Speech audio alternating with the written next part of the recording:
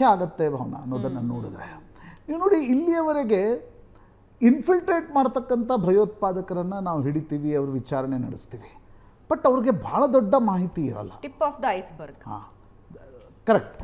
ಅವರು ತುಂಬ ಕಡಿಮೆ ಮಾಹಿತಿ ಅವ್ರ ಬಳಿ ಇರುತ್ತೆ. ಅವ್ರಿಗೇನಾಗಿರುತ್ತೆ, ಒಂದು ರೀತಿ ಈ ಶೂಟರ್ಸ್ಗಳಿರ್ತಾರಲ್ಲ, ಶಾರ್ಪ್ ಶೂಟರ್ಸ್ಗಳ ರೀತಿಯಲ್ಲಿ ಅವ್ರ ಫ್ಯಾಮ್ಲಿಗೆ ಹಣ ಒದಗಿಸಲಾಗತ್ತೆ, ಒಂದು ಟ್ರೈನಿಂಗ್ ಕೊಡಲಾಗತ್ತೆ, ಒಂದು ಟ್ರೈನಿಂಗ್ನ ನಂತರ ಅವರನ್ನು ಇನ್ಫಿಲ್ಟ್ರೇಟ್ ಮಾಡಲಾಗತ್ತೆ, ಇಲ್ಲಿ ಭಯೋತ್ಪಾದಕ ಚಟುವಟಿಕೆಗಳನ್ನು ನಡೆಸ್ತಾರೆ. ಇನ್ನೂ ಕೆಲ ಸಂದರ್ಭದಲ್ಲಿ ಭಾರತದ ಯುವಕರನ್ನು ಬ್ರೈನ್ ವಾಶ್ ಮಾಡಿ ಅಲ್ಲಿ ಕರ್ಕೊಂಡು ಹೋಗಿ ಟ್ರೈನಿಂಗನ್ನು ಕೊಟ್ಟು ವಾಪಸ್ ಕಳಿಸಿದ್ದನ್ನು ನೋಡಿದೆ. ಆದರೆ ಲಷ್ಕರ್ ಎ ತೊಯ್ಬಾ ಮತ್ತು ISI ಯಾವ ರೀತಿಯಲ್ಲಿ ಸ್ಲೀಪರ್ ಸೆಲ್ಸ್ಗಳ ಜೊತೆ ಸಂಬಂಧ ಇದೆ, ಅವ್ರ ಫಂಡಿಂಗ್ ನೆಟ್ವರ್ಕ್ ಏನು, ಯಾವ ರೀತಿ ಹಣವನ್ನು ಬೇರೆ ಬೇರೆ ಏಜೆನ್ಸಿಗಳ ಮೂಲಕ ಕಳಿಸ್ತಾರೆ ಅನ್ನೋದು ಗೊತ್ತಾಗಬೇಕಾದ್ರೆ ತಹವೂರ್ ರಾಣಾನ ವಿಚಾರಣೆಯನ್ನು ಭಾರತದ ಏಜೆನ್ಸಿಗಳು ಭಾರತದ ನೆಲದಲ್ಲಿ ನಡೆಸಬೇಕು. ಆಗ ಅತಿ ಹೆಚ್ಚು ಮಾಹಿತಿ ಸಿಗ್ಲಿಕ್ಕೆ ಸಾಧ್ಯ. ಯಾಕಂದರೆ ಈಗ ನೋಡಿ, ಡೇವಿಡ್ ಹೆಡ್ಲಿಯ ವಿಚಾರಣೆಯಿಂದಲೇ ಮುಂಬೈ ದಾಳಿಗೆ ಸಂಬಂಧಪಟ್ಟಂತೆ ಕೆಲ ಮಹತ್ವಪೂರ್ಣ ಮಾಹಿತಿ. ನಿಮಗೆ ಜೋಗೇಶ್ವರಿಯಿಂದ ಸಿಮ್ಮನ್ನು ಖರೀದಿ ಮಾಡಲಾಗಿತ್ತು ಮುಂಬೈಯಲ್ಲಿ. ಜೋಗೇಶ್ವರಿಯಲ್ಲಿರ್ತಕ್ಕಂಥ ಒಂದು ಫ್ಲ್ಯಾಟ್ನಿಂದ ಆ 6 ಜನ ಭಯೋತ್ಪಾದಕರ ಜೊತೆ ಸಂಬಂಧ ಇತ್ತು. ಜೋಗೇಶ್ವರಿಯ ಫ್ಲ್ಯಾಟ್ನಿಂದ ಸತತ ಫೋನ್ ಸಂಪರ್ಕ ಸ್ಯಾಟಲೈಟ್ ಮೂಲಕ ಪಾಕಿಸ್ತಾನದಲ್ಲಿ ಲಕ್ವಿ ಜೊತೆ ಇತ್ತು. ಇದು ಏನು ಪ್ರೂವ್ ಮಾಡುತ್ತೆ ಅಂತಂದರೆ, ಕೇವಲ 6 ಜನ ಬಂದರು, ಗುಂಡಿನ ದಾಳಿಯನ್ನು ನಡೆಸಿದ್ರು ಅಂತಕ್ಕಂಥದ್ದಲ್ಲ.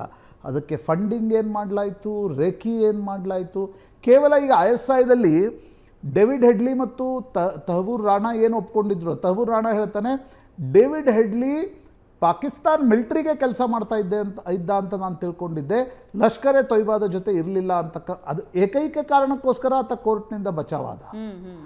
ಅದರ ಅರ್ಥ ಏನು, ಡೇವಿಡ್ ಹೆಡ್ಲಿ ಮತ್ತು ತಹವೂರ್ ರಾಣಾಗೆ ISIನ ಮೇಜರ್ ಜೊತೆ ನೇರವಾಗಿರ್ತಕ್ಕಂಥ ಸಂಬಂಧ ಇತ್ತು ಅಂತಕ್ಕಂಥದ್ದರ ಅವರೇ ಹೇಳ್ತಾ ಇದ್ದಾರೆ.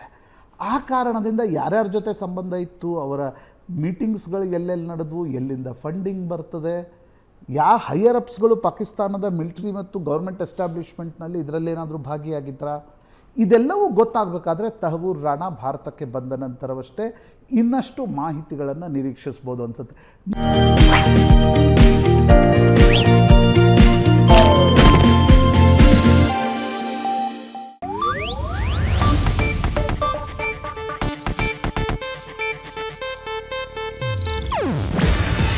ಇದು ಏಷ್ಯಾನೆಟ್ ನ್ಯೂಸ್ ನೆಟ್ವರ್ಕ್ ಪ್ರಸ್ತುತಿ. ನೀವು ನೋಡ್ತಿದ್ದೀರಾ ಏಷ್ಯಾನೆಟ್ ಸುವರ್ಣ ನ್ಯೂಸ್.